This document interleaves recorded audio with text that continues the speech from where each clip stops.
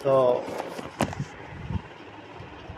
आज का जो संदेश है वो वापस से बता रहा हूँ, मत्ती का अध्याय 14 और हम लोग पढ़ेंगे 22 से 33 तक। सब पहुँच गए? शुरू करें? ओके, चलिए। अच्छा संदेश रहेगा यहाँ पर। और एक वचन और पढ़ेंगे, भजन संहिता 119 का 105।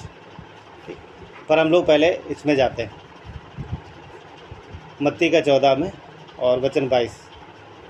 यहाँ पर इस प्रकार लिखा है, तब उसने तुरंत अपने चेलों को नाव पर चढ़ने के लिए विवश किया कि वो उससे पहले पार चले जाएं, जब तक वो लोगों को विदा करे। यहाँ पर देखते हैं कि यीशु मसीह ने अपने शिष्यों को पहले भेजा है और वो बाद में जा रहा है। अमूमन ज़्यादातर ये होता है, कई बार यीशु मसीह पहले चले जाते हैं, पर यहाँ पर हम देखते हैं कि यीशु ने शिष्यों को पहले भेजा है। और वचन 23 कहता है कि जब वो लोगों को विदा करके जब तक वो लोगों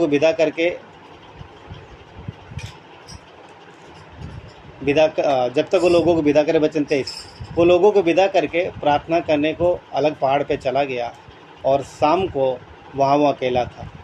तो एक बात ये भी प्रकट होती है कि यीशु मसीह परमेश्वर के साथ अकेला समय बिताते थे, हमेशा, हर वक्त, मतलब हर दिन उनका ये रहा था कि हमेशा अकेले में समय बिताते थे। वचन 24, उस समय नाव झील के बीच लहरों से डगमगा रही थी, क्योंकि हवा सामने की थी। शायद हवा ज़्यादा तेज़ चल रही थी और नाव जो है वो काफ़ी डगमगा रही थी, तभी यहाँ पे लिखा हुआ है। वचन 25, यीशु रात के चौथे पहर झील पर चलते हुए उनके पास आया। चेले उसको झील पर चलते हुए देखकर घबरा गए और कहने लगे, ये भूत है।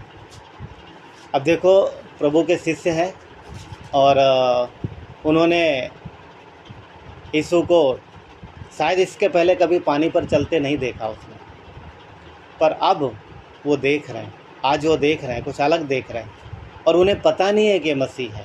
तो वो डर गए, चिल्लाने लगे भूत, क्योंकि अमूमन लोगों का यही मानना है कि आत्मा ही ये सब कर सकती है, ठीक है। और तब वचन 27 कहता है, तब यीशु ने तुरंत उनसे बातें की और कहा, ढांढस बांधो, मैं हूँ, डरो मत। यीशु ने कहा, हिम्मत रखो, डरो मत, मैं हूँ, ठीक है। वचन 28, पतरस ने उसको उत्तर दिया, हे प्रभु, यदि तू ही है तो मुझे अपने पास पानी पर चलकर आने की आज्ञा दे। तू ही है यहाँ यानी डाउटफुल है कि प्रभु, क्योंकि उन्हें कन्फर्म नहीं है, वो देख नहीं पा रहे, रात का समय था और शायद से ये रात 10 बज गया रात के, तो 10 बजे रात को अंधेरे की वजह से पानी में कुछ दिख नहीं रहा। तो उसने बोला कि अगर तू ही है तो मुझे आज्ञा दे। अब 29 कहता है, यीशु ने कहा, आ।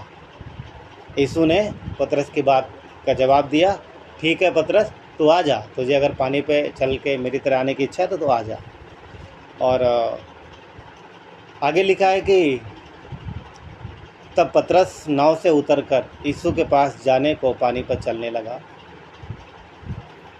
पर हवा को देखकर डर गया। जब वो डूबने लगा तो चिल्लाकर कहा, हे प्रभु, मुझे बचा।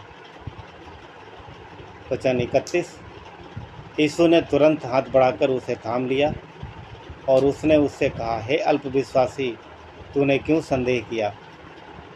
जब वे नाव पर चढ़ गए तो लिखा, हवा थम गई। इसलिए इस पर उन्होंने जो नाव पर थे उसे दंडवत करके कहा, सचमुच तो परमेश्वर का पुत्र है। आइए प्रार्थना करेंगे। परमेश्वर पिता, धन्यवाद देते हैं आपकी दया और करुणा के लिए प्रभु, आपकी महिमा हो। प्रभु यीशु पिता परमेश्वर, आगे के समय को आपके हाथों में देते हैं। पवित्र आत्मा आपकी अगुवाई मांगते हैं प्रभु यीशु, आपकी उपस्थिति मांगते हैं, आपकी कवरिंग मांगते हैं परमेश्वर। प्रभु यीशु, हर एक हृदय की सुरक्षा करना परमेश्वर, आपका संदेश है प्रभु, स्वर्ग से प्रभु आप अगुवाई करना और हम सबको प्रभु आशीषित करना पिता आज के दिन में प्रभु आपके देह है पिता परमेश्वर, और आपके लोग आपसे उम्मीद रखते हैं परमेश्वर, हम सब आपसे उम्मीद रखते हैं पिता। जब तक हम धरती पर हैं परमेश्वर, तब तक हमें आपकी सहायता मदद की ज़रूरत है।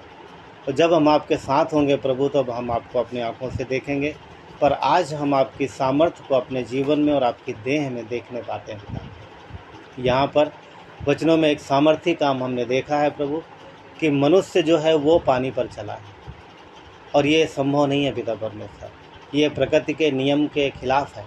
पर हम यहाँ पर देखते हैं कि प्रकृति को बनाने वाला परमेश्वर सामने है, और उसने कहा कि पानी पर आ, और हम देखते हैं कि पतरस पानी पर चला है। प्रभु यीशु, आगे के समय को आपके हाथों में सौंपते परमेश्वर, आप आशीषित करना, आप अगुवाई करना पिता। धन्यवाद देते यीशु नासरी के नाम से मांगता, आमीन। तो ये पैसेज बहुत अच्छा है, और अभी हमें एक वचन और पढ़ना है, जो है कि भजन संहिता 119 का 105, ठीक है। और 119 का 105 इस प्रकार कहता है कि तेरा वचन मेरे पाँव के लिए, मेरे मार्ग के लिए उजियाला और मेरे पाँव के लिए दीपक है। तो परमेश्वर का वचन जो है वो मेरे मार्ग के लिए उजियाला और पाँव के लिए दीपक है। जिस विषय में बात करें वो है विश्वास के साथ चलना। विश्वास के साथ चलने से ही परमेश्वर हमें उन समस्याओं से बाहर निकलने का उपाय करता है, या फिर हमें बाहर निकालता है, या मार्ग खोलता है, या दरवाजे खोलता है। कई सारे शब्द वहाँ पर ऐड हो सकते हैं, ठीक है। तो विश्वास के साथ चलना, यहाँ पर सारे सिचुएशन आप देख चुके हैं, हाँ, सारी बातें आपने समझ लिया है। इस पैसेज को आपने बहुत बार पढ़ा है, अच्छा संदेश है। हाँ, ध्यान से थोड़ी देर ध्यान दीजिएगा चीज़ों पर, बातों पर, मतलब जो परमेश्वर का वचन उस पर ध्यान दीजिएगा। यहाँ पर जब पतरस डूबने लगा, तब उसने डूबते डूबते कहा, हे प्रभु मुझे बचा। बाइबल की सबसे छोटी और बहुत प्रभावशाली प्रार्थना है, सबसे छोटी प्रार्थना है। हालातों को देखते हुए पतरस ने बड़ी सटीक प्रार्थना की है, प्रभु मुझे बचा, हे प्रभु मुझे बचा, बस हो गया। तो परिस्थितियों के हिसाब से प्रार्थना हम कर सकते हैं, हालांकि ये प्रार्थना के विषय नहीं है, पर यहाँ पर है जो बता रहे हैं। आपके पास समय है तो बड़ी लंबी प्रार्थना कर सकते हैं, पर अगर समय कम है तो सटीक छोटी सी, मतलब सटीक शब्दों में छोटी प्रार्थना कर सकते हैं समय के हिसाब से। कई बार हमने लोगों को देखा है कि लोग इस बात को समझते नहीं है, कई बार समय को नहीं ध्यान देते हैं, परिस्थितियाँ कैसी हैं, समय कैसा है, कितना समय है। कई बार लोग बड़ी लंबी लंबी प्रार्थनाएं करते हैं, और उन्हें ये भी नहीं याद रहता है कि और भी बाकी लोग हैं जिन्हें प्रार्थना करना है। कई सारी जगहों पे मैंने ऐसे देखा है। एक बार एक जो सभा में थे और किसी को प्रार्थना करने के लिए बोला गया था, और मेरे ख्याल से 1 घंटा या 1 घंटा सब कुछ 1 आध मिनट, मतलब 10-5 मिनट ज़्यादा था, और कई सारे लोग प्रार्थना करने के लिए थे। तो वो भाई ने क्या किया, प्रार्थना शुरू किया और 50 मिनट अकेले उसी ने किया। तो अब 50 मिनट वो अकेले प्रार्थना किया उसने, और आप समझ सकते उसके बाद क्या हुआ होगा। उसके बाद हुआ ये कि दोबारा उसको कभी बोला नहीं गया प्रार्थना करने के लिए, तुम प्रार्थना करो। तो यहाँ पर हम देखते हैं कि समय के हिसाब से प्रार्थना किस तरीके से करनी चाहिए, कितनी लंबी करनी चाहिए, वो एक बुद्धिमत्ता है। और पतरस डूब रहा है, उसके पास लंबी प्रार्थना करने के लिए समय नहीं है, उसने सटीक शब्दों में बोला प्रभु बचा, और हम देखते हैं कि तुरंत उत्तर आया, क्विक, तुरंत रिस्पॉन्स आया। यहाँ पर यीशु ने नहीं बोला, ए पतरस ऐसे नहीं चलेगा, घुटने पे जा, पहले मैं नहीं मानूंगा, हाँ घुटने पे जा, और जब तक तू रोएगा नहीं, आंसू नहीं बहाएगा, तब तक मैं नहीं सुनने वाला, है ना। दिल से निकलने वाली प्रार्थना परमेश्वर सुनता है। उसे बहुत सारे बड़े शब्द नहीं चाहिए, उसे सटीक शब्द चाहिए, जो हमारे हृदय से निकलते हैं वो सुनता है, ठीक है। तो यहाँ पर एक चीज़ है, एक बात यह है कि जब वो डूबने लगा तो यीशु ने उसे अपने पास खींच लिया, और पर यहाँ पर यीशु ने उलाहना भी दिया एक तरीके से, कहा हे अल्पविश्वासी, तूने क्यों संदेह किया। हम जानते हैं कि आज जिस विषय पर बात करें वो विश्वास है, विश्वास की चाल पर बात कर रहे हैं। यहाँ पर पतरस यीशु को देख करके बहुत ही उत्साहित हो गया कि प्रभु मुझे आने की आज्ञा दे, मैं भी चलूँगा पानी पर, मुझे भी अनुभव लेना है अपने जीवन में कि कैसे पानी पर चला जाता है। और यीशु ने हाँ बोला, ठीक है पतरस आ जाओ, नो प्रॉब्लम, आ सकते हो। और लिखा है कि वो पानी पर चलने लगा, वो पानी पर वो चलने लगा। और पर अगल बगल का माहौल देख करके, क्योंकि हवा तेज़ थी, लहरें उठ रही थी, वो जब लहरों को देखने लगा तो डर गया और डूबने लगा। पर परमेश्वर ने उसकी पुकार में उसे बचाया, अपने पास खींच लिया। लिखा है उसने अपने पास खींचा उसको। किसको? यीशु को अपने पास खींच लिया। अब जब अपने पास खींच लिया है तो यीशु बिल्कुल नाव के पास नहीं थे, दूर थे। यीशु नाव से दूर थे। पहले जब पतरस यीशु की तरफ देख रहा था और देखते हुए चला तो वो चल पाया, पर जब इधर उधर उसने देखा तो वो डूबने लगा। पॉइंट ये है कि जब हम मसीह की ओर देख के चलते हैं तब हम विश्वास की चाल चल सकते हैं। पर यदि हम संसार को देखते हैं, इधर उधर देखते हैं, अपने जीवन को देखते हैं, अपनी परिस्थितियों को देखते हैं और सामने की चीज़ों को देखते हैं, तो वहाँ पर फिर समस्याएं उत्पन्न हो जाती हैं, फिर विश्वास की चाल डगमगा जाती है, जैसे पतरस की हुई। मगर एक बात और बहुत अच्छी है, पहले पतरस यीशु को देखते हुए चला, मगर जब यीशु ने उसे अपने पास खींच लिया तब वो यीशु के साथ साथ चल के आया। अब वो यीशु के साथ चल रहा है और दोबारा जब वो साथ साथ चला तब कहीं नहीं लिखा है कि वो डूबा, कहीं नहीं लिखा है वो डूब गया। अगली बात यहाँ लिखा है कि जब वो पहुंच गए नाव पर तो सारे चेलों ने उसे दंडवत किया। और यहाँ पर जब दंडवत की गई है तो यीशु ने मना नहीं किया कि मुझे दंडवत ना करो। परमेश्वर का वचन कहता है कि कोई भी फरिश्ता दंडवत स्वीकार नहीं करता, सिर्फ परमेश्वर ही दंडवत स्वीकार करता है। हाँ, तो यहाँ पर हम देखते हैं कि मसीह ने दंडवत स्वीकार की। और यूहन्ना एक बात और लिखता है, यदि आप यूहन्ना के 6 अध्याय और वचन 21 में यदि आप देखेंगे तो वहाँ पर इस प्रकार लिखा है कि जैसे यीशु नाव पे सवार हुआ तुरंत ही वो नाव जहाँ पहुँचनी थी वहाँ पहुँच गई। इसके पहले अगर आप मरकुस पढ़ोगे तो मरकुस इस प्रकार कहता है कि वो बड़ी मेहनत कर रहे थे नाव को चलाने में। क्यों? क्योंकि हवा उनके खिलाफ थी। अब यूहन्ना लिखता है इसी घटना को कि जैसे यीशु आया नाव में, वैसे ही नाव तुरंत पहुंच गई। कहाँ पर? जहाँ उसे पहुंचना चाहिए। कहने का मतलब ये है कि जब यीशु हमारे आपके जीवन में है तो जो भी काम, जो भी आपकी चीज़ें हैं, जो भी आप उद्देश्य बना रहे हैं और जो भी आप प्लान कर रहे हैं परमेश्वर के साथ, वो चीज़ें वो मतलब तुरंत क्विकली बड़ी स्मूथली हो रही हैं और उसमें हमें आपको ताकत लगाने की ज़रूरत नहीं। जब तक यीशु नाव में नहीं था तब तक चेले नाव को चला रहे थे बड़ी मुश्किल से ना। हो ऐसा कैसे चलाते ना, ऐसे जब को चलाते हैं, मेहनत कर रहे थे, पसीना बहा रहे। जैसे यीशु नाव में आया, नाव तुरंत कहाँ पहुँच गई? जहाँ उसे जाना था। क्या मीनिंग क्या है? फिर शारीरिक मेहनत की आवश्यकता नहीं है, ये विश्वास की चाल है। जब हम विश्वास की चाल चलते हैं तब हमें फिर ढेर सारा परिश्रम नहीं करना पड़ता और विश्वास के द्वारा हम बहुत अपने जीवन में बेहतर काम कर सकते हैं। जॉर्ज मूलर नामक एक व्यक्ति जो प्रभु के एक अच्छे सेवक थे और उनके जीवन के विषय में बहुत सारी गवाहियाँ दी जाती हैं। एक बार दूसरे एक सेवक जिनका नाम है D.L. मूडी, शायद आप लोग जानते हैं, वो उनके पास मिलने आए। इंग्लैंड में ये थे, ये जॉर्ज मूलर। तो D.L. मूडी उनके साथ जाते हैं, उनके आश्रमों को देखते हैं। अनाथ आश्रम, एक्चुअली अनाथालय, जहाँ पर बहुत सारे बच्चे जो अनाथ बच्चे थे वहाँ रहते थे। तो अनाथालय की बिल्डिंगों को देख करके D.L. मूडी ने एक बात कही उनसे कि इनको बनाने के लिए, इनके लिए धन जुटाने के लिए आपको बड़ा परिश्रम करना पड़ा होगा, आपको बड़ी मेहनत करनी पड़ी होगी। क्योंकि जॉर्ज मूलर ने अपने जीवन में 6 बड़ी बड़ी बिल्डिंगें बनाई थी। बिल्डिंग मतलब आज के जैसी नहीं, पर घर कह सकते, बड़े बड़े घर थे वो और काफ़ी बड़े थे और जिनमें को बनाने में बहुत कास्ट आई थी, बड़ी कीमत थी, लाई थी उस समय। तो D.L. मूडी जब उन बिल्डिंगों को, जब उनका अनाथालयों को देखते हैं, अनाथालय को, तो देख के कहते हैं कि आपको बहुत मेहनत करनी पड़ेगी, बहुत परिश्रम करना पड़ा होगा इनको बनाने के लिए। तो जवाब में जॉर्ज मूलर ने पता क्या कहा?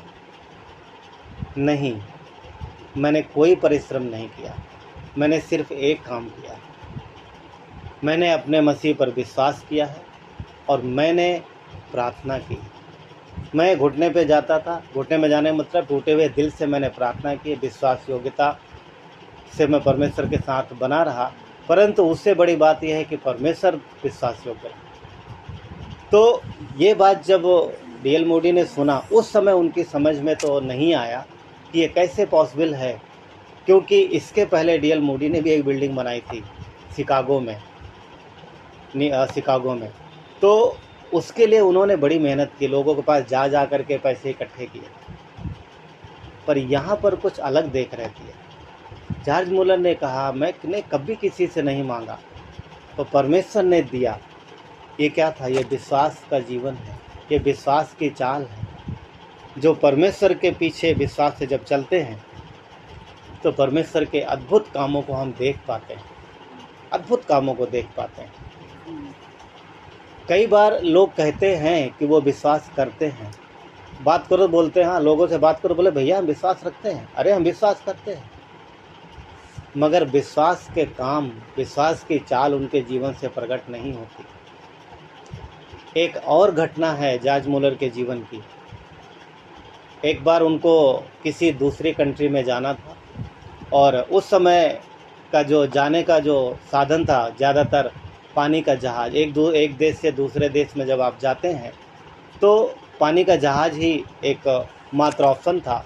हाँ, अगर ज़मीन है तो अन्य साधन है, मगर ज़्यादातर वही बेस्ट होता था। तो जॉर्ज मुलर भी जहाँ उन्हें जाना था वहाँ के लिए निकल पड़े, और उनका जहाज़ बहुत अच्छे तरीके से चल रहा था। कई दिन का सफ़र था, पर जिस हिसाब से उन्होंने जहाज़ लिया था, बिना रुकावट के जहाज़ यदि चलता है तो निश्चित समय पर वो जहाँ उन्हें जाना वो पहुँच जाएंगे। उन्हें किसी सभा में बुलाया गया था, आयोजन था वहाँ पर 1-2 दिन के बाद में अचानक जहाज़ रुक जाता है, और काफ़ी देर रुका रहता है। तब वो जानकारी निकालते हैं कि जहाज़ क्यों रुका, क्योंकि उन्हें पहुंचना था समय पर। पता चलता है कि बहुत घना कोहरा है, यानी इतना घना कोहरा आ गया है कि अब कुछ दिखाई नहीं दे रहा।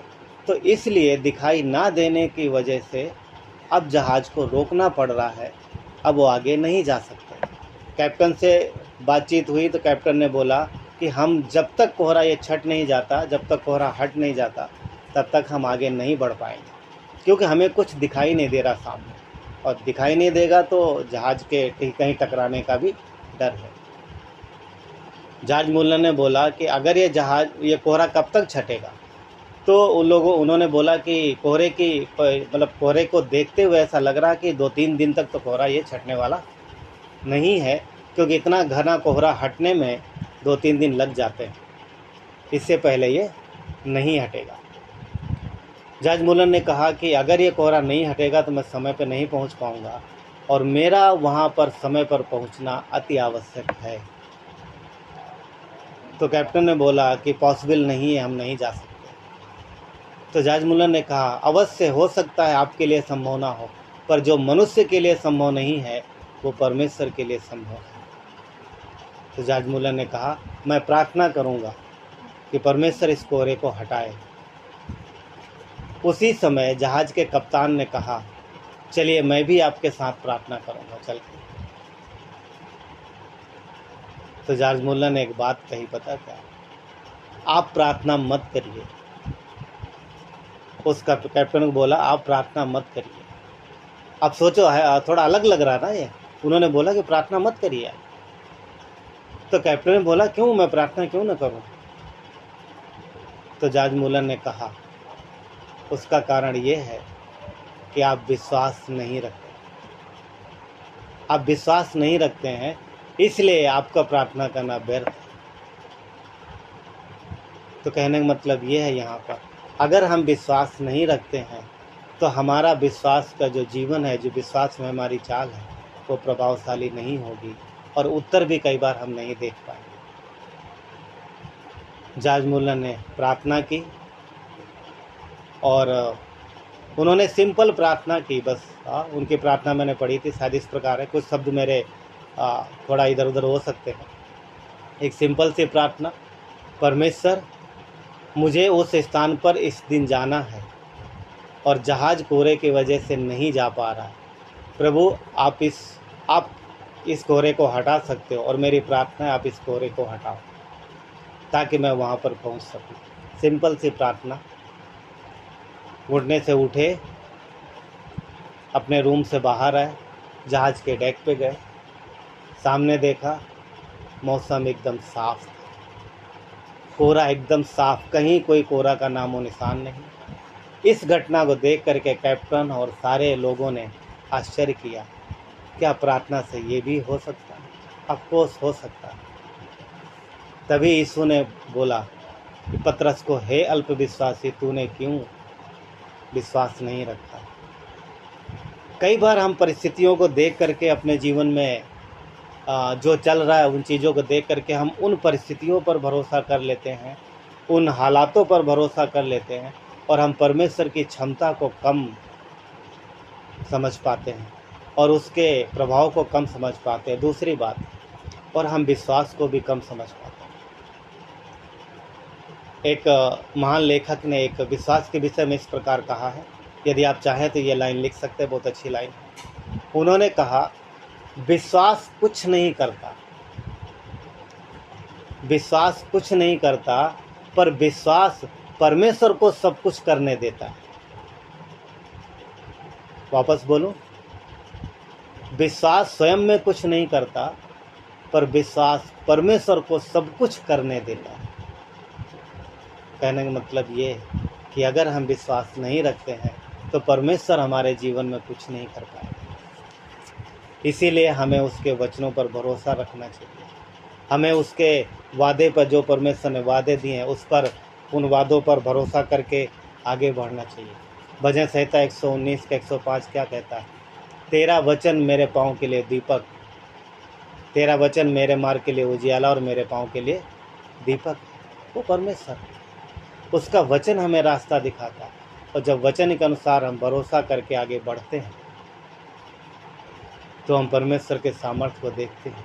सिर्फ जॉर्ज मुलर के जीवन में नहीं, अन्य लोगों के जीवन में नहीं, हमारे आपके जीवन में भी अद्भुत काम करता है परमेश्वर, अद्भुत काम करता है।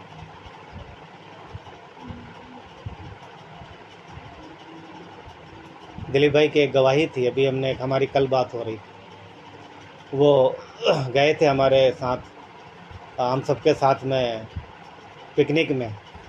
जिस दिन वो पिकनिक में गए उस दिन उनका कंपनी में जाना बहुत आवश्यक था, और शायद आपको कोई हमारे साथ होगा तो मैंने, अगर सुना हो किसी ने, तो मैंने उनको बोला भी कि आप चाहे तो दोपहर से जा सकते हो, पर उन्होंने निर्णय लिया था कि वो नहीं जाएंगे।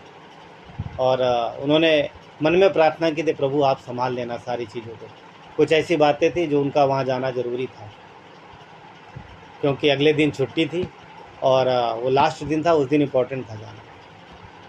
पर जब हमारी बात हुई तो उन्होंने बताया कि लौट के अगले दिन, जो कि संडे था, छुट्टी होनी चाहिए थी, मगर उस दिन जो सारे काम पिकनिक वाले दिन होने थे, जिस दिन उन्होंने छुट्टी की थी, उस दिन के सारे काम उस दिन रुक गए। जिस दिन ये नहीं पहुँचे, अगले दिन के लिए अपने आप ही अगले दिन वो बढ़ गए, और जब ये उपस्थित थे। कहने का मतलब ये है कि परमेश्वर ने कुछ ऐसा किया, हालांकि कभी टलता नहीं है, तो परमेश्वर ने उस दिन ऐसा कुछ किया क्योंकि इनका रहना ज़रूरी था, और नहीं रहते शायद कुछ प्रॉब्लम हो सकती थी, तो परमेश्वर ने उस काम को अगले दिन के लिए बढ़ा दिया। तो ये उनके जीवन की एक अच्छी गवाही है, और ऐसे बहुत सारे काम हमारे जीवन में परमेश्वर करता है, हमारे आपके जीवन में। मगर ये तभी संभव है जब हम विश्वास करते हैं और विश्वास की चाल में हम बने रहते हैं, ये तभी पॉसिबल। और ये चीज़ें, पता, ये गवाहियाँ हमें आनंद पहुँचाती, हमें सुख देती, मतलब हमारे आत्मा को क्या बोलते हैं कि परमेश्वर के लिए धन्यवाद देने के लिए और उस पर भरोसा करने के लिए हमारे विश्वास को, हमारे आनंद को बढ़ाती है, राइट। तभी भजन संहिता 119 का 16 कहता है परमेश्वर के वचन के विषय में, कहता है, मैं तेरी विधियों से सुख पाऊंगा और तेरे वचनों को ना भूलूंगा। तो ये परमेश्वर है, ये परमेश्वर का वचन है जो हमें हौसला देता है सॉरी, जो हमें हौसला देता है, और जो हमें कहता है कि हम उस पर भरोसा रखना है, और जो हमें सामर्थ्य देता है। और 119 का वचन 30 कहता है, भजन संहिता 119 का 30, मैंने सच्चाई का मार्ग चुन लिया, मैंने सच्चाई का मार्ग चुन लिया है, तेरे नियमों यानी वचनों की ओर मैं चित्त लगाए रहूँगा। तो ये परमेश्वर का वचन है, यहाँ पे कह रहा है कि मुझे परमेश्वर के वचन पर मन लगाना है, उसके वचनों पर भरोसा रखना है। बेशक परिस्थितियाँ चाहे पतरस जैसा डूब रहा था वैसी हो, पर फिर भी भरोसा रखा, उसने मसीह पर भरोसा रखा, आवाज़ दी, प्रभु बचा, और हम उत्तर को देख पाते हैं। जब हम विश्वास से परमेश्वर के पीछे चलते हैं, तब हमें अपने जीवन में परमेश्वर की मार्ग की अगुवाई मिलती है। वो हमें अगुवाई करता है, वो हमें रास्ता दिखाता है, वो हमें बुद्धि देता है, वो हमें दिखाता है, समझ देता है कि जिस रास्ते में हमें चलना, उस रास्ते में हमें कन्फर्मेशन देता है, ताकि हम उस रास्ते में आगे बढ़ सके। और तभी भजन संहिता अगर 32 का 8 हम देखते तो इस प्रकार लिखा है, कहता है कि मैं तुझे बुद्धि दूंगा और जिस मार्ग में तुझे चलना है, यानी मैं तुझे बुद्धि दूंगा और जिस मार्ग में तुझे चलना होगा उसमें मैं तेरी अगुवाई करूंगा। ये परमेश्वर है जिसने वादा दिया है कि मैं तुझे बुद्धि दूंगा, समझ दूंगा। बुद्धि और नॉलेज में फ़र्क है। बुद्धि परमेश्वर की ओर से आती है, जिसके लिए इंग्लिश में शब्द यूज होता है विजडम, और नॉलेज जो संसार का नॉलेज है, जो संसार का ज्ञान है, हाँ, जिसके लिए इंग्लिश में शब्द नॉलेज इस्तेमाल होता है, जो ज्ञान है। तो बुद्धि और ज्ञान में फ़र्क है। परमेश्वर की बुद्धिमत्ता हमेशा भलाई के लिए, आपके द्वारा परमेश्वर आपकी और दूसरों की भी भलाई करता है, यदि हम विश्वास से उसके पीछे चलते हैं। तो ये परमेश्वर का वादा है कि वो हमेशा हमारे मार्ग में अगुवाई करेगा, और यदि हम विश्वास रखते हैं, विश्वास के साथ उसके पीछे चलते हैं, तो फिर हमारी सहायता करेगा। अब कुछ परिस्थितियाँ कई बार डरा सकती, जैसे पतरस को डराया। क्या डराया पतरस को? उस समय की परिस्थितियाँ क्या था? हवा तेज़ थी, लहरें उठ रही थी, और वो डर गया लहरों को देख करके।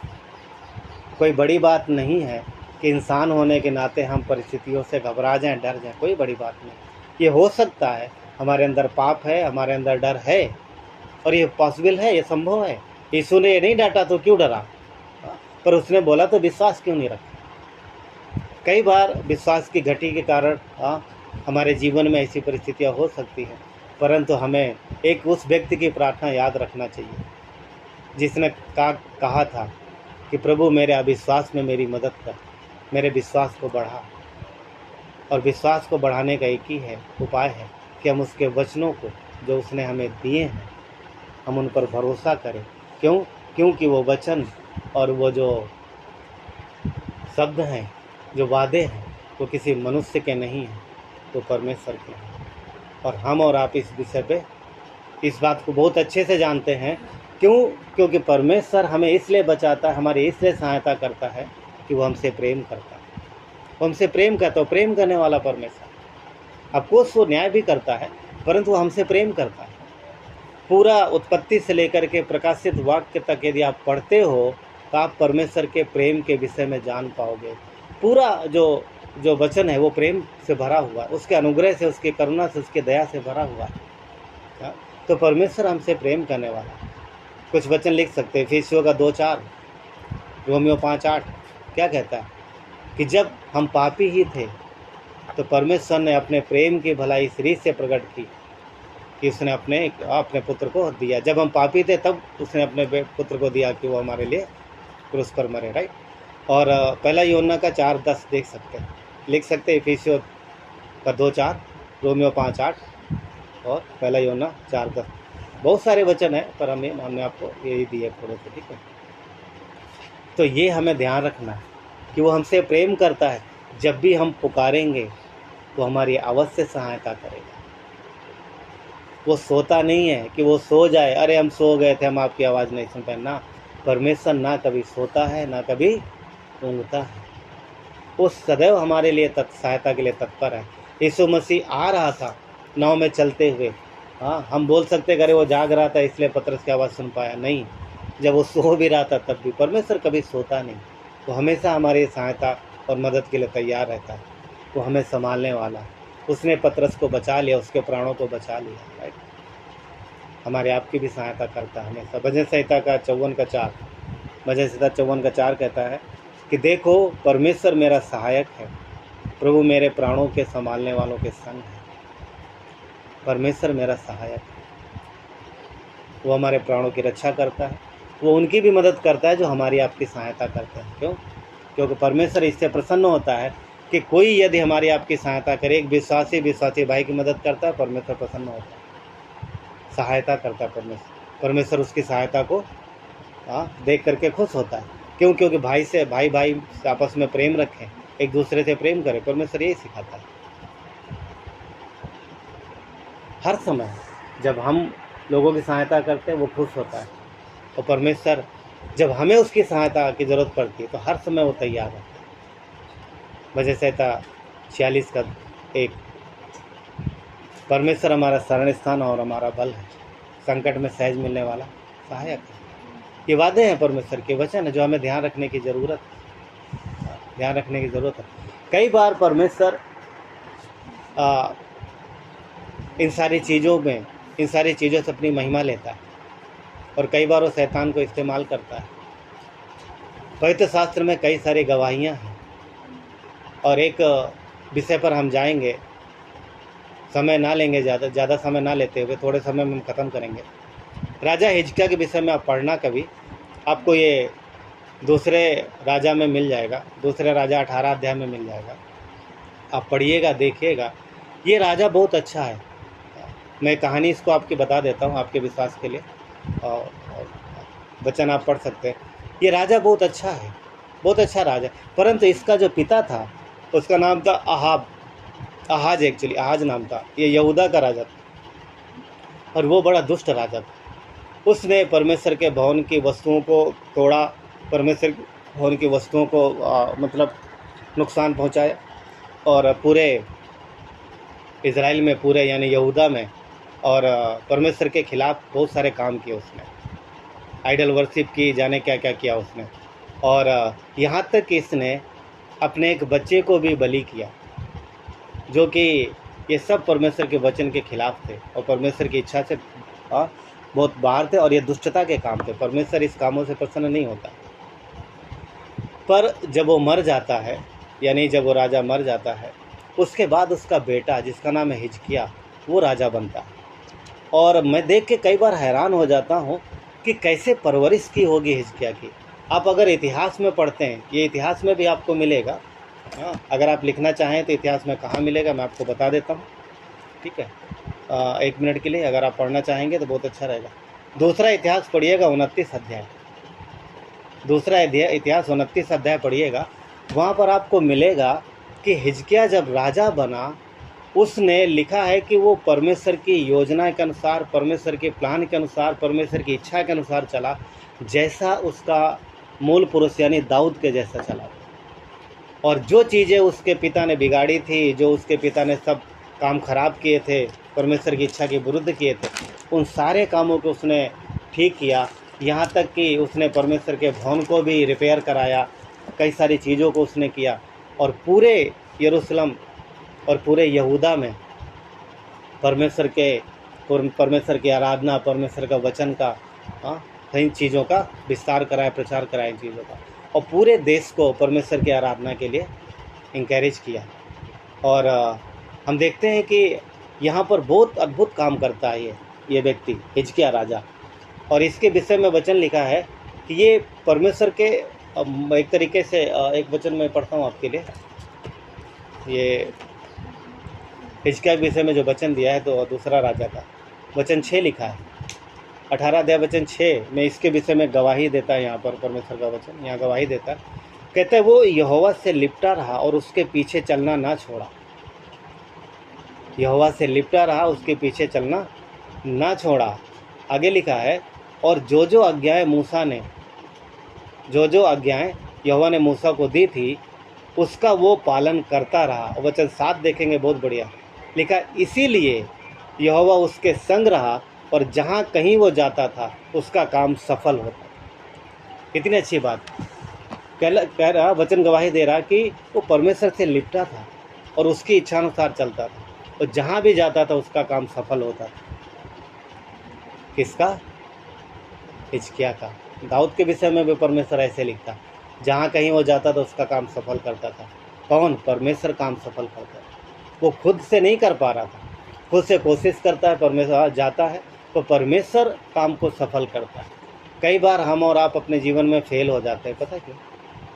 क्योंकि हम परमेश्वर की अगुवाई में नहीं जा पाते। मगर अच्छी बात यह है कि चाहे जितनी बार भी हम फेल हुए हों, चाहे जितनी भी बार हम असफल हुए हों, तो परमेश्वर हमें सहायता देता है, परमेश्वर हमारी मदद करता है। वो गिरे हुओं को उठाता है, वो कुचले हुओं को क्या बोलता है? कुचले हुओं को संभालता है, निर्बलों की मदद करता है। तो कभी भी परमेश्वर ऐसा नहीं है कि हमें तिरस्कृत करे या फिर हमारी सहायता ना करे। तो यहाँ पर बड़ी अच्छी गवाही है राजा हिजकिय्याह के विषय में। अब बहुत बढ़िया चल रहा है सब कुछ, वहाँ पर राज्य में बहुत अच्छा है, सब परमेश्वर की आराधना कर रहे हैं, सब वचन में लवलीन है, सब बहुत अच्छा है। मगर जब कहते हैं ना कि जब परमेश्वर का काम तेज़ी से बढ़ता है, शैतान को पसंद नहीं आता है। और यहाँ पर भी शैतान को पसंद नहीं आया। इसके बाप का काम शैतान को पसंद आ रहा था। क्यों? क्योंकि परमेश्वर के अगेंस्ट में काम कर रहा है। पर इसका बेटा परमेश्वर के पीछे चल रहा। और समझ नहीं आता कई बार, इतना दुष्ट पिता था उसका, पर इसका बेटा इतना कैसे परमेश्वर के पीछे चलने वाला? बोल नहीं सकते। हाँ, इसके विषय में और थोड़ा सा गहराई में जाके देखना पड़ेगा। शायद उसकी परवरिश ऐसी हुई है, उसकी माँ या कोई तो है इस व्यक्ति इसके पीछे जिसने इसकी परवरिश ऐसी की है और जो परमेश्वर के पीछे चलता है। ठीक है, तो आगे देखते हैं कि जब यहाँ पर परमेश्वर का काम बहुत अच्छे से चल रहा, रिवाइवल बहुत अच्छे से आया है पूरे समाज में, शैतान को अच्छा नहीं लगा और वो दुश्मन को लेके आया। वो दुश्मन को लेके आया। राजा ने चढ़ाई करी, पड़ोसी देश के राजा ने चढ़ाई करी है और यहाँ पर घेर लिया है चारों तरफ से। नगर को घेर लिया है चारों तरफ से। यह असूर का राजा है जिसने चढ़ाई की है और नगर घिर गया है और बहुत बड़ी सेना लेके आया है। और उस परिस्थितियों को देख करके, उस बड़ी सेना को देख करके, उस दुश्मन की ताकत को देख करके यदि आप वचन पढ़ोगे तो लिखा है कि हिजकिय्याह डर गया। परमेश्वर के पीछे चल रहा था, विश्वास में चल रहा था, पर वो डर गया। क्यों? परिस्थितियों की वजह से। पतरस यीशु को देख के चल रहा था, पर परिस्थितियों को देख के डर गया। और जब डर में निर्णय लेते हैं तो कई बार गलत हो जाते हैं। यहाँ पर इसने जो निर्णय लिया, निर्णय ये था कि इसने एक ऑफ़र दिया उस राजा को। बोलता है, ये हिजकिय्याह राजा ने ऑफ़र दिया कि तू मेरे पास से चला जा, जो कुछ भी भार तू मुझ पे डालेगा, यानी जो भी तू टैक्स या कर ठहराएगा वो मैं सब तुझे दूंगा, जो मांगेगा मैं तुझे दूंगा, तो मेरे पास से चला जा, यानी लड़ाई मत कर, मुझे लड़ाई नहीं चाहिए।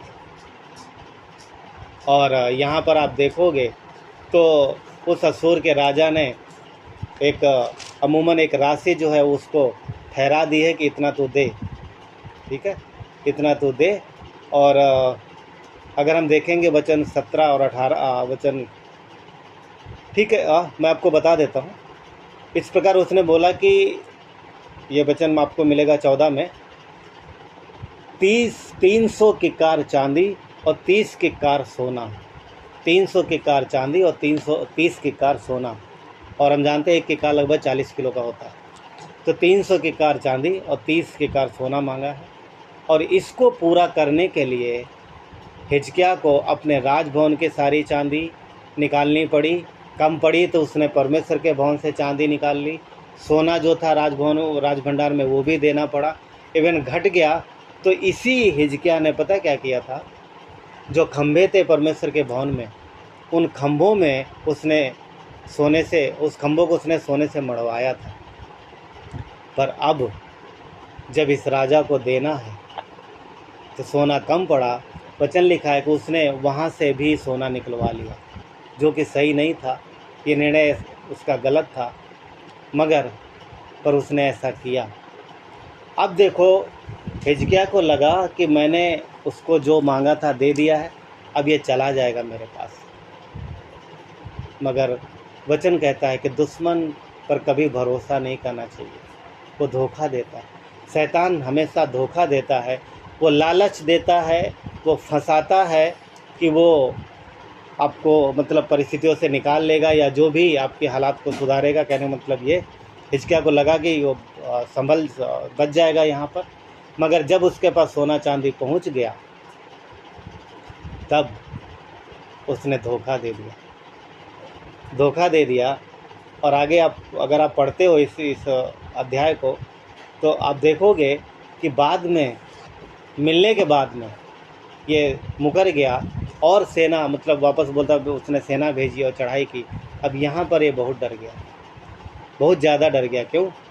क्योंकि जो धन था वो भी चला गया। और छोटे शब्दों में ये कहेंगे आगे कि हिजकिय्याह अंत में परमेश्वर के पास जाता है, परमेश्वर के पास जाता है, प्रार्थना में जाता है, घुटने पे आता है कि प्रभु मेरी मदद करो।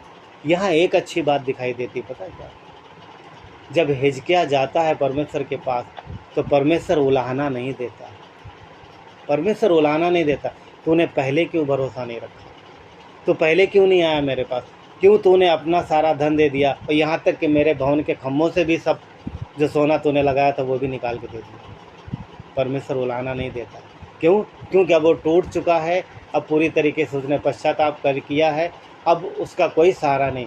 परमेश्वर यशायाह नबी के द्वारा उसे आश्वासन देता है कि तू फिक्र मत कर, ये इतनी बड़ी सेना लेके आया है, एक भी तीर वो मारने नहीं पाएगा। और आप पढ़ के देखो, वहाँ पर आगे आपको मिलेगा कि परमेश्वर ने एक दूत भेजा और उसी रात को ही उस दूत ने 1,85,000 जो सेना थी ख़त्म कर दिया। बड़े बड़े उसके कमांडर जितने थे, राजा के जो सलाह देने वाले, उन सबको मार दिया। और ये रोता हुआ अकेले लौट गया। कौन? यही दुश्मन देश जो राजा चढ़ाई करने आया था। कहने का मतलब ये है कि परिस्थितियों को देखकर शैतान डराता ज़रूर है, पर हमें भरोसा रखना, हमें विश्वास में चलना है। विश्वास की चाल, विश्वास में बने रहने से ही परिस्थितियां बदल सकती हैं। जो परमेश्वर चाहता है, परमेश्वर कहता है कि हम उस पर भरोसा रखें, हर समय भरोसा रखें। भजन संहिता 115 का 9 कहता है, हे इज़राइल, यहोवा पे भरोसा रख, तेरा सहायक और तेरी ढाल वही है। 10 में भी यही कहता है, हे हारून के घराने, यहोवा पे भरोसा रख, तेरा सहायक और तेरी ढाल वही है। वचन तीसरी बार कहता है वचन 15 में, 11 में एक्चुअली, वचन संहिता 115 के 11 में, हे यहोवा के डरवइयों, यहोवा पे भरोसा रखो, क्योंकि तुम्हारा सहायक और तुम्हारी ढाल वही है। समझ? वो परमेश्वर यहाँ 3 बार लगातार बोला गया है, यहोवा पे भरोसा रखो। अपनी समझ के लिए परमेश्वर इनकार करता है। हिजकिय्याह की गलती ये थी कि उसने अपनी समझ का सहारा लिया, उस समय डर की वजह से वो परमेश्वर के पास नहीं गया। इसीलिए नीति वचन 3:5 में परमेश्वर क्या बोलता है, तो अपनी समझ का सहारा ना लेना, वरन संपूर्ण मन से यहोवा पे भरोसा रखना। तो परमेश्वर हमें कहता है कि हम उस पर भरोसा रखें और विश्वास से आगे चलें। ये हमें याद रखने की ज़रूरत है। भारत में एक बहुत ही परमेश्वर के भक्त थे, एक समय में, शायद आप लोगों ने उनके विषय में पढ़ा हो या सुना हो। उनका नाम था साधु सुंदर सिंह। पंजाब से वो बिलोंग करते हैं, है नहीं, मतलब अभी तो स्वर्ग में है। और उन्होंने बहुत सारे लोगों को परमेश्वर का प्रेम बांटा है। और वो तिब्बत से होते हुए चाइना गए थे। और उनके विषय में एक दो गवाही हैं जो मैं बताना चाहूँगा अंत में। वो ये है कि वहाँ पर उनको इस सुसमाचार के लिए, सुसमाचार के विरोध में, उनको सुसमाचार प्रचार करने के विरोध में उन्हें रोका गया और दंडित किया गया। और जिसके तहत उनको पकड़ के एक कुएं में डाल दिया गया। एक अंधा कुआं, मतलब जिसमें पानी नहीं था, गहरा था पर पानी नहीं था। पर वो कुआं एक्चुअली सज़ा देने के लिए ही बनाए गए थे। और उस कुएं के ऊपर एक लोहे का ढक्कन लगा हुआ था और जिसमें बड़ा ताला लगा रहता था। और उस ताले की चाबी एक मुख्य व्यक्ति के पास होती थी, उस व्यक्ति के पास होती थी जो व्यक्ति सज़ा सुनाता था, उसके पास होती थी। और उसी की परमिशन से वो ताला खोल के निकाला जाता था उसको। तो इनको उसमें डाल दिया गया, ऊपर से ताला लगा दिया गया। और ये सोच के कि उसको वहीं कुछ दिन रखेंगे और बाद में अगर मर गया तो ठीक, बच गया तो फिर उसको देखेंगे क्या क्या उसकी परिस्थिति है। पर 2-3 दिन के बाद में, शायद 1 या 2 दिन के बाद में उसे निकालना था। तो जब वो वहाँ पर समय के हिसाब से जब जाता है, वो व्यक्ति जो जिसने सज़ा सुनाई थी, जिसने दंड दिया था, तो वहाँ जाके क्या देखता है कि वो जो ताला लगा था ढक्कन में, वो ताला खुला हुआ है और ढक्कन भी खुला हुआ है और वो व्यक्ति वहाँ पे नहीं है। तो वहाँ पे नहीं है, तो उसको लगा कि किसी ने इसके ताले को खोला है और किसी ने इसको निकाला है बाहर। तो वो सबसे पूछने लगा और सबके ऊपर गुस्सा करने लगा कि यार तुम में से किसी ने इसकी सहायता मदद की है। मगर सबने बोला नहीं, हम में से किसी ने इसकी सहायता नहीं की। पर बोला नहीं, किसी ने तो चाबी चुराई है मेरे। मगर जब उसने चाबी टटोली तो पता चला कि चाबी उसी के पास थी। कहने मतलब ये है कि परमेश्वर ने फरिश्ते को भेज करके उस व्यक्ति को वहाँ से निकाला। क्या परमेश्वर का वचन इस बात की गवाही नहीं देता? हम जानते हैं कि यही पतरस जो पानी में डूब रहा था, इसी पतरस को बाद में परमेश्वर ने अपना दूत भेज करके जेल से छुड़ाया, पौलुस और सिलास को छुड़ाया। एक गवाही और है सुंदर सिंह के विषय में कि वो एक बार लौट रहे थे, तो उन्हें एक मतलब जिस रास्ते से गुजर रहे थे वहाँ पर नदी थी और बाढ़ आई हुई। नदी में मतलब बहुत गहरा पानी था और नदी काफ़ी उफान पे थी और पार कर पाना मुश्किल था और इनको उस पार जाना बहुत ज़रूरी था। और आसपास कोई था नहीं, जिस रास्ते से निकल रहे थे उस आसपास कोई था नहीं और कोई दूर तक दिखाई नहीं दे रहा, तो कोई नाव या कोई भी रास्ता कुछ भी नहीं था उनके लिए पार करने के लिए, पर इनको जाना ज़रूरी था। तो नदी के दूसरे छोर में इनको एक आदमी दिखाई देता है और ये उसको आवाज़ देते हैं कि भाई मेरी मदद करोगे क्या? तो वो समझ जाता है, शायद आवाज़ पहुंची या नहीं पहुंची पता नहीं, पर वो समझ जाता है कि इनको नदी पार करना है। वो व्यक्ति अच्छा तैराक था, वो नदी पार करके इनके पास आता है और इनको बोलता है कि तुम मेरे कंधे का सहारा लो और चलो। तो ये जो साधु सुंदर सिंह थे, ये उसका सहारा लेते हैं और वो व्यक्ति तैरता हुआ इनको साथ में ले करके नदी पार करा देता है। नदी पार करा देता है, ये नदी से बाहर निकलते, वो भी बाहर निकलता है और ये थोड़ा अपने के कपड़े मतलब जो गीले हो गए थे थोड़ा सा देखते हैं, जो सामान इनके पास थैला था उसको देख संभालते कहीं गीला विला तो नहीं हो, जो भी मतलब। उसके बाद मुड़ करके वो सोचते हैं कि इस व्यक्ति का मैं धन्यवाद दूँ, पर जैसे वो मुड़ के देखते हैं वहाँ पर वो व्यक्ति नहीं था और दूर दूर तक वो कहीं दिखाई नहीं दे रहा था। आसपास कोई और आदमी नहीं थे, दूर दूर के इलाका पूरा सूना पड़ा। तब वो समझ गए कि परमेश्वर ने अपना फरिश्ता भेजकर उनकी सहायता और मदद की है। इनके लिए मार्ग नहीं था, दरवाज़ा ये बंद था, तो परमेश्वर ने ये मार्ग इनके लिए, इस रास्ते में इनके लिए उपाय किया, इनके लिए आगे का रास्ता तय किया और इनका वो सहायक बना। तो ये विश्वास का जीवन है। जब हम विश्वास से चलते हैं तब हम परमेश्वर के कामों का अद्भुत दृश्य अपने जीवन में होते हुए देखते हैं। बात वहाँ सिर्फ पतरस के लिए नहीं है कि हे अल्पविश्वासी तूने विश्वास क्यों नहीं रखा, ये हमारे आपके लिए है। बहुत बार ऐसा समय हमारे जीवन में आता है कि जबकि हम पतरस की तरह विश्वास में डूबने लग जाते हैं, यानी विश्वास में कम होते और डूबने लग जाते हैं। पर अच्छी बात हमारे आपके लिए पता क्या है कि जब भी हम पुकारते हैं परमेश्वर ना नहीं करता है, वो हाथ बढ़ाकर हमें आपको खींच लेता है, बाहर खींच लेता है। वो परमेश्वर है, ठीक है। तो इसलिए हमें आपको हौसला रखना चाहिए, विश्वास में बने रहने की ज़रूरत है और उसके हर वचन पर भरोसा रखना है, क्योंकि वो हमारा परमेश्वर है। आइए प्रार्थना करेंगे। प्यारे परमेश्वर, अनुग्रहकारी परमेश्वर, कृपालु परमेश्वर, दयालु परमेश्वर, धन्यवाद देते आपके दया के लिए, आपकी करुणा के लिए परमेश्वर, आज के इस वचन के लिए प्रभु यीशु पिता। धन्यवाद प्रभु, आप हमारे सहायक हो परमेश्वर, आप हमारे मदद करने वाले परमेश्वर हो पिता। प्रभु विश्वास में कई बार हम डगमगा सकते हैं, पर धन्यवाद प्रभु कि आप हमें निकालते हो परमेश्वर, हमें प्रभु संभालते हो पिता और प्रभु रास्ता दिखाते हो पिता परमेश्वर। प्रभु यहाँ आपके दें हैं प्रभु यीशु, हम प्रार्थना करते परमेश्वर के हर एक को विश्वास में बने रहने में और विश्वास की चाल में प्रभु यीशु अडिग रहने में मदद करो पिता परमेश्वर। हर एक के जीवन में ऐसे उतार चढ़ाव आते हैं प्रभु, कई बार परिस्थितियाँ आती है, शैतान डराता भी है। तो परमेश्वर आपने वचन में कहा है डरो मत मैं हूँ। जब चेले डर गए ये देख के कि शायद भूत है, तो प्रभु आपने बोला नहीं मैं हूँ। आप हो परमेश्वर, हमेशा हो हमारे साथ, अपने लोगों के साथ परमेश्वर। धन्यवाद प्रभु यीशु पिता परमेश्वर। परिस्थितियाँ चाहे किसी भी तरीके से प्रभु आपके बच्चों को डरा सकती है, चाहे वो बीमारी हो, चाहे वो धन की कमी हो, चाहे वो उनके लिए कोई रास्ते में रुकावट हो प्रभु, कोई व्यक्ति हो सकता है परमेश्वर, परिस्थितियाँ किसी प्रकार की हो सकती हैं। तो परमेश्वर आप हो पिता, आप हो जो अपने बच्चों को संभालते हो परमेश्वर। धन्यवाद प्रभु यीशु पिता। हर एक को ब्लेस करना परमेश्वर।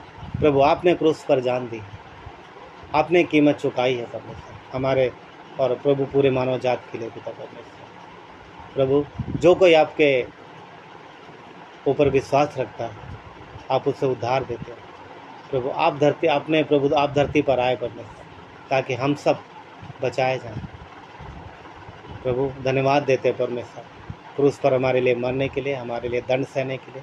तो धन्यवाद देते कि प्रभु आप तीसरे दिन मरे हुओं में से जी उठे, आप हमारे मसीहा हैं। धन्यवाद देते, आपकी महिमा हो परमेश्वर।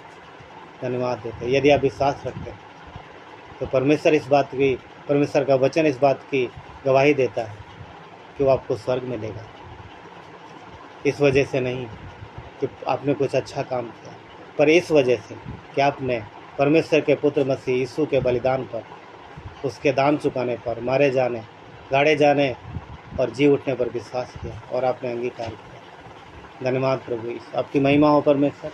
धन्यवाद उन लोगों के लिए परमेश्वर जो प्रभु इस वचन को सुनते हैं, जो समझते हैं प्रभु यीशु। धन्यवाद पिता परमेश्वर, आपकी महिमा हो पिता। धन्यवाद देते, हर एक को ब्लेस करना परमेश्वर। आपकी देह है प्रभु यीशु पिता, और आप अपने देह को मजबूत करते हो, आप अपने देह को स्वस्थ रखते हो परमेश्वर, और आप हर एक का इलाज करते हो पिता प्रभु। बहुत से लोगों के प्राणों में समस्या है पिता परमेश्वर, और हम सबके प्राणों में समस्या है प्रभु, क्योंकि प्राणों में पाप है पिता प्रभु यीशु पिता। प्रार्थना करते हैं कि विश्वास में बढ़ने में, वचन को समझने में, विश्वास की चाल में खराई से चलने में सहायता मदद करो प्रभु। धन्यवाद देते हैं, आपकी महिमा हो पिता परमेश्वर। आगे के धन्यवाद देते हैं, आगे के समय को आपके हाथों में रखते हैं। यीशु नासरी के नाम से मांगते हैं, आमीन।